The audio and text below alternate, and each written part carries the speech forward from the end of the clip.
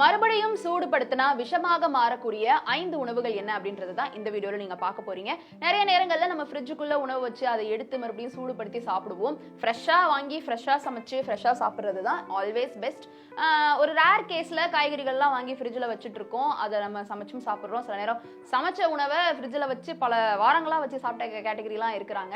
ஆனால் அடுத்த நாள்லயே காலி பண்ணிடுறது ரொம்ப நல்லது. ஃப்ரிட்ஜ் ஆத்திர அவசரத்துக்கு வச்சுக்கலாம், ஆனால் அதிகப்படியாக அதுக்குள்ளேயே வச்சு சாப்பிட்டுட்டு இருக்கிறது எப்படியும் உடல் நலத்துக்கு கேடுதான் விளைவிக்கும். இந்த நிலையில 2வது முறை சூடே பண்ணி சாப்பிடவே கூடாது அப்படின்ற கேட்டகரியில சில உணவுகள் இருக்கு. அதுல நம்பர் 1 என்னன்னு கேட்டீங்கன்னா கீரை வகைகள். நைட்ரேட்ஸ் அதிகமா இருக்கக்கூடிய காய்கறிகள், கீரை, முள்ளங்கி, கேரட் இது எல்லாத்தையுமே மறுபடியும் நீங்க சூடுபடுத்தி சாப்பிட்டீங்க அப்படின்னாக்கா அது விஷமாக மாறிடும் அப்படின்னு சொல்றாங்க. முக்கியமா கீரையை நீங்க சூடு பண்ணி சாப்பிட்டீங்கன்னா அதுல இருக்கக்கூடிய அயன் கண்டென்ட்டே உங்களுக்கு சூடு பண்ணும்பொழுது மறுபடியும் விஷமாக மாறுறதுக்கு சான்சஸ் இருக்கு. விஷம் அப்படின்னா உடனே அது உயிரை கொன்றும் அப்படின்னு கிடையாது. சின்ன சின்னதா உடலுக்குள்ள தேவையில்லாத மாற்றங்களை ஏற்படுத்தும். அதனால இதை நீங்க சூடுபடுத்தி சாப்பிடக்கூடாது. நம்பர் 2, சாதத்தை சூடு பண்ணி சாப்பிடவே கூடாதான். நல்லா வேக வச்ச அரிசியை நீங்க சாதமா பண்ணி அதை நீங்க அன்னைக்கே மதியானத்துக்கு சாப்பிட்றீங்க, நைட்டுக்கு சாப்பிட்றீங்கன்னா அப்படியே சாப்பிட்ருங்க. அதை ஃப்ரிட்ஜுக்குள்ள வச்சு அடுத்த நாள் சூடு பண்றது இல்ல அன்னைக்கே நான் சூடா சாப்பிடணும் அதனால கொஞ்சம் சூடுபடுத்தி சாப்பிட்றேன், இந்த மாதிரிலாம் நீங்க 2வது முறை சூடு பண்ணினீங்க அப்படின்னா இதுல இருக்கக்கூடிய பேசிலஸ் செரியஸ் அப்படின்ற பாக்டீரியா விஷமாக மாறுறதுக்கான வாய்ப்பு இருக்கு. தொடர்ந்து சூடு பண்ணி சாப்பிட உடலுக்கு தீங்கு விளைவிக்கும். நம்பர் 3, முட்டை. புரோட்டீன் அதிகமா இருக்கக்கூடிய முட்டையில நைட்ரஜனும் அதிகமா இருக்கு. அதனால இதை நீங்க 2வது முறை சூடுபடுத்தி சாப்பிட்டீங்கன்னா அது விஷமாக மாறுறதுக்கான வாய்ப்பு இருக்கு. சோ முட்டையை ஒரு தடவை பண்ணிட்டீங்க அப்படின்னா சூடு பண்ணாமலேயே அதை நீங்க சாப்பிடுங்க. நம்பர் 4, கோழிக்கறி. கோழிக்கறியை ஒரு நாள் நீங்க சமைச்சிட்டீங்க, ஃப்ரிட்ஜுக்குள்ள வச்சுட்டு அடுத்த நாள் சூடு பண்ணி ஆஃபீஸ்க்கு எடுத்துட்டு போலாம் அப்படின்னு நீங்க நினைச்சீங்கன்னா அது விஷமா மாறுறதுக்கான வாய்ப்பு இருக்கு. புரோட்டீன் ஜாஸ்தியா இருக்குதான், ஸ்டில் அதை நீங்க திரும்ப திரும்ப சூடு பண்ணிட்டே இருக்கக்கூடாது கோழியை அப்படின்னு சொல்றாங்க.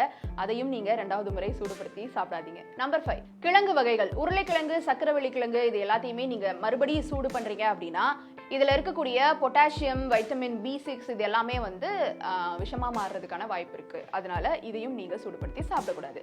இந்த மாதிரி 2வது முறை இந்த 5 உணவுகளை நீங்க சூடுபடுத்தி சாப்பிடாம இருங்க. இந்த வீடியோ உங்களுக்கு பயனுள்ளதா இருந்ததா அப்படின்ற உங்களுடைய கருத்துக்களை கீழே கமெண்ட் பாக்ஸ்ல ரியா என் கூட ஷேர் பண்ணலாம். இந்த விண்டருக்கு ஃப்ரூட்ஸோட சேர்த்து எந்த உணவுகளை நீங்க சாப்பிடக்கூடாது, அது உங்களுக்கு என்ன மாதிரியான விளைவுகளை கொடுக்கும், இந்த வீடியோல டீடைல்டா பார்த்துடலாமா?